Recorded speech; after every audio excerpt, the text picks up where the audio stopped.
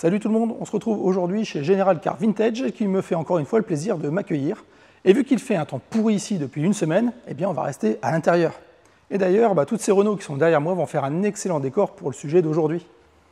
En effet, vous n'avez sûrement pas pu passer à côté tellement on en cause partout, mais Renault nous ressort en ce moment des versions New School des Renault 5 et des 4L, mais en version électrique bien sûr. Et en plus, ils veulent nous faire croire que ce sont des nouveautés, alors que des R5 et des 4L électriques, ça existait déjà il y a plus de 50 ans. Allez, aujourd'hui, on va jeter un petit coup d'œil dans le rétro. C'est parti!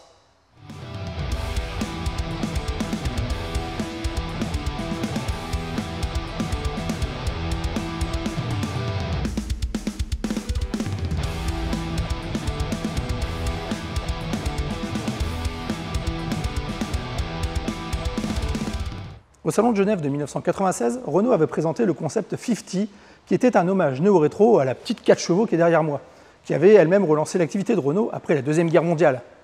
Malheureusement, la direction de Renault de l'époque n'avait pas donné suite à ce projet, jugeant que ce genre d'évocation du passé n'avait aucun avenir, et qu'il fallait s'orienter vers un design beaucoup plus futuriste et haut de gamme.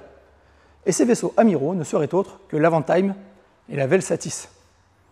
Et donc, pendant que Renault mangeait son chapeau, Volkswagen, lui, nous sortait la New Beetle, BMW ressuscitait Mini, et Fiat nous refaisait le coup de la 500. Alors il faut croire qu'il a fallu pas mal de temps à Renault pour digérer, puisqu'aujourd'hui, ils ne nous ressortent quasiment que du réchauffé. Après avoir enterré la division Renault Sport pour mieux ressortir Alpine du placard, ils ont commencé par retrouver le nom de Rafale dans un tiroir. Quelqu'un avait dû se rappeler en effet que dans les années 30, Renault avait motorisé un avion de course Caudron pour battre des records de vitesse. Et il a dû se dire que ce serait cool de réutiliser ce nom pour un modèle sportif. Non. On me dit dans l'oreillette que c'est encore un énième SUV. Désolé. Et donc, pour continuer à exploiter le filon, Renault nous a sorti, il y a quelques semaines à peine, la Renault 5 électrique. Alors on aime ou on n'aime pas, ça je vous laisse en débattre dans les commentaires, mais moi, je la trouve plutôt sympathique, avec ses couleurs pop qui vont peut-être briser un peu la monotonie du parc automobile français. Mais si vous croyez encore que c'est une nouveauté, vous vous mettez le doigt dans l'œil, parce que la R5 électrique, elle a déjà existé dans les années 70. Vous ne me croyez pas? Une voiture électrique, un mouton à 5 pattes, bourré de batteries d'accumulateurs, mais silencieuse.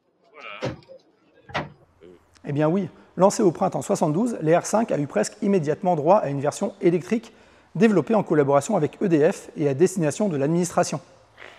Construite à seulement une centaine d'exemplaires entre 1972 et 1974, on ne peut pas dire que c'était un foudre de guerre. Avec son petit moteur électrique de 10 chevaux à peine et 300 kg de batterie au plomb à la place de la banquette arrière, qui lui faisait dépasser la tonne, elle n'offrait que 60 km d'autonomie et une vitesse de pointe de 60 km/h.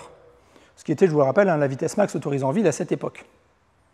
Et sans borne de recharge rapide, il fallait compter pas moins de 10 heures pour la remettre en forme dans son garage. Elle faisait donc pas le figure face à sa version thermique qui faisait quand même 36 chevaux de base et pouvait atteindre les 120 km/h. Si la caisse est identique sur les deux versions, l'électrique se démarque quand même grâce à une jauge de carburant remplacée par un indicateur de charge, l'absence de pédale d'embrayage et un toit ouvrant à l'arrière. Et on pourrait d'ailleurs se demander à qui il profite, puisqu'il n'y a pas de banquette arrière pour des passagers.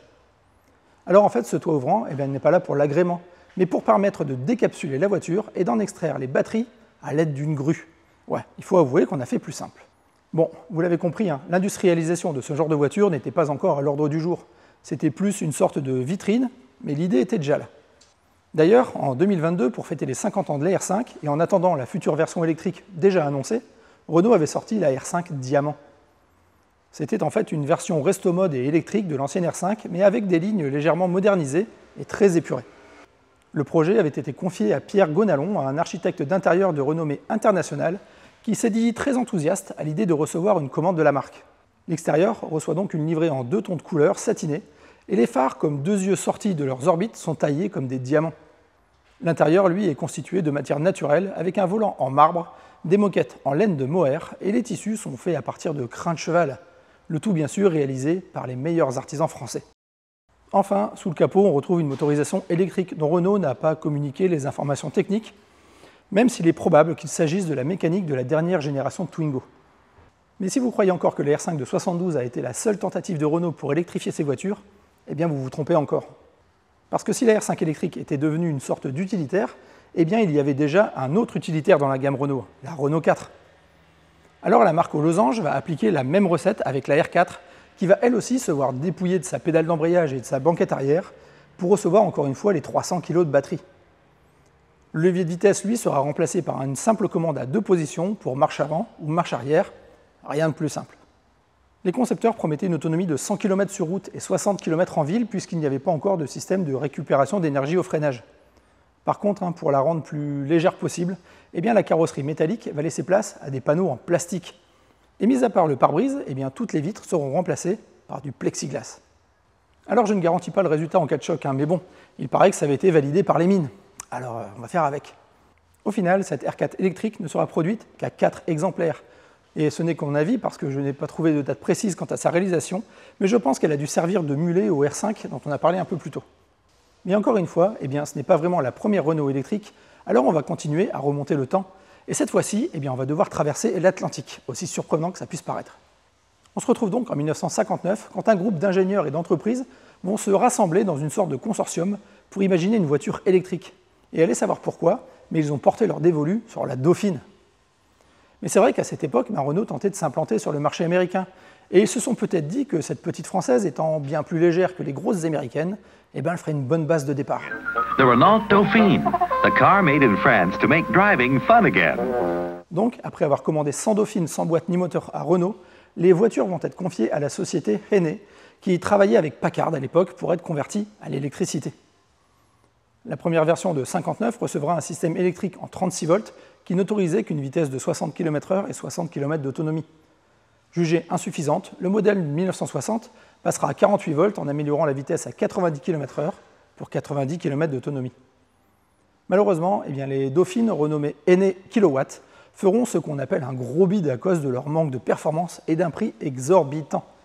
Elles ne faisaient que 7 chevaux et elles étaient vendues 3 fois le prix d'une Dauphine normale, soit le même prix qu'une Porsche 356 de l'époque. Sur les 100 châssis commandés, seuls 47 seront finalement convertis et vendus pour l'essentiel à des sociétés de production d'électricité.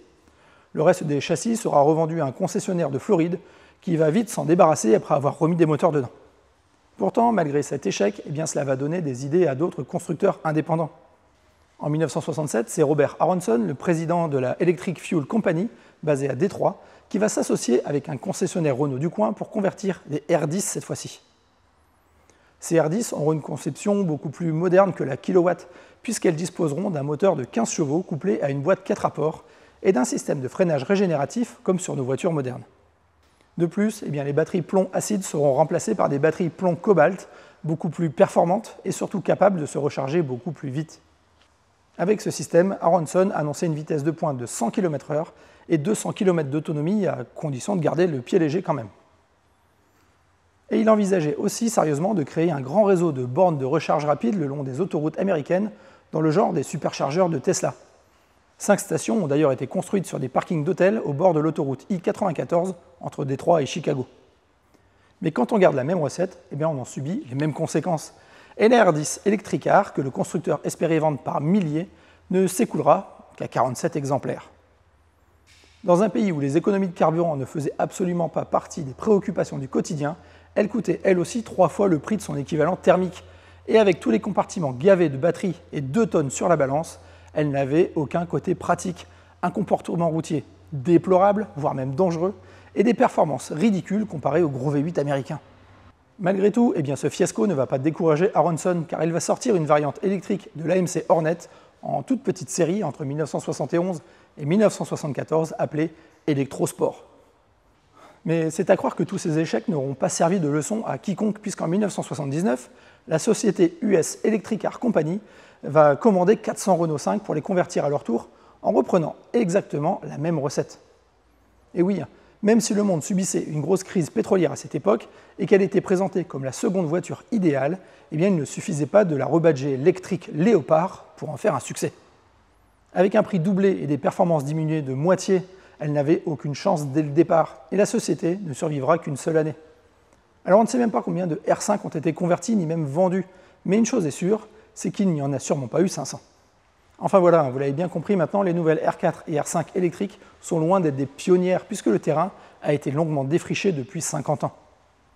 Même si ces voitures se sont toutes plantées, elles ont au moins eu le mérite de permettre à toute une génération d'ingénieurs de se faire la main sur des systèmes, et certains d'entre eux vont ensuite travailler au développement des premières hybrides lancées dans les années 2000. Alors je vous laisse l'espace commentaire pour débattre gentiment du pour ou du contre de la voiture électrique aujourd'hui. Et en attendant de vous lire, eh bien moi je retourne au turbin pour vous dégoter les prochains sujets de mes vidéos. Alors pour finir, eh bien, je remercie encore une fois General Car Vintage de m'avoir accueilli aujourd'hui. Je vous promets de futurs essais, mais cette semaine avec la météo, c'était pas possible. Alors en attendant qu'on se retrouve, eh bien, vous connaissez la manœuvre, pouce en l'air, abonnement, cloche, tout ça. Et nous, on se retrouve ici la semaine prochaine pour parler encore et toujours auto et aéro, bien sûr. Allez, tchuss!